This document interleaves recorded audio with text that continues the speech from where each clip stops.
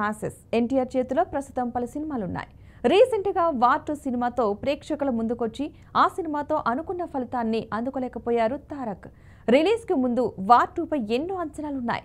హృతిక్, తారక్ కలిసి చేస్తున్న సినిమా కావడంతో పాటు ఎన్టీఆర్ బాలీవుడ్లో చేస్తున్న మొదటి సినిమా అవడంతో దీనిపై భారీ హైప్ నెలకొంది. కానీ ఆ క్రేజ్ను, అంచనాలను వార్ 2 ఏమాత్రం అందుకోలేకపోయింది. కొందరైతే సాఫీగా వెళ్తున్న జర్నీని ఎన్టీఆర్ అనవసరంగా వార్ 2 చేసి రిస్క్లో పెట్టుకున్నారని అభిప్రాయాలు కూడా వ్యక్తం చేశారు.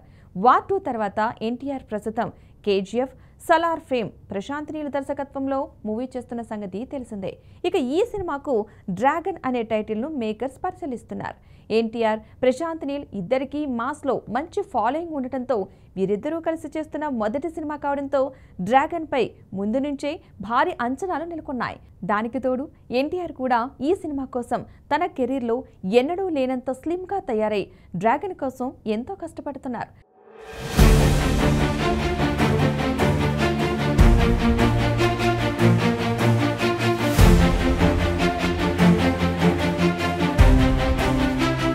డ్రాగన్ మూవీలో నీల్ ఎన్టీఆర్ను నెవర్ బిఫోర్ లుక్స్లో ప్రజెంట్ చేయనున్నారని తెలుస్తోంది. యాక్షన్ ఎంటర్టైనర్గా తెరకెక్కుతున్న ఈ సినిమాను టాలీవుడ్ అగ్ర నిర్మాణ సంస్థ మైత్రి మూవీ మేకర్స్ భారీ బడ్జెట్తో నిర్మిస్తూ ఉండగా రీసెంట్గా జరిగిన ఓ కార్యక్రమంలో ఈ మూవీకి సంబంధించిన అప్డేట్ను అందించారు నిర్మాతల్లో ఒకరైన రవిశంకర్.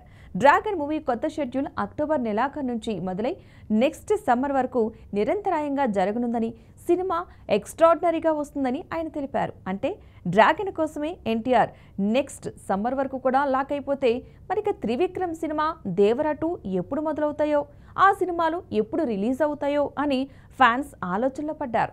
ప్రస్తుతం వెంకటేష్తో సినిమా చేస్తున్న త్రివిక్రమ్ ఆ సినిమా చేస్తూనే ఎన్టీఆర్ మూవీకి సంబంధించిన సినిమా పనులను కూడా చూసుకుంటున్నారని తెలుస్తోంది.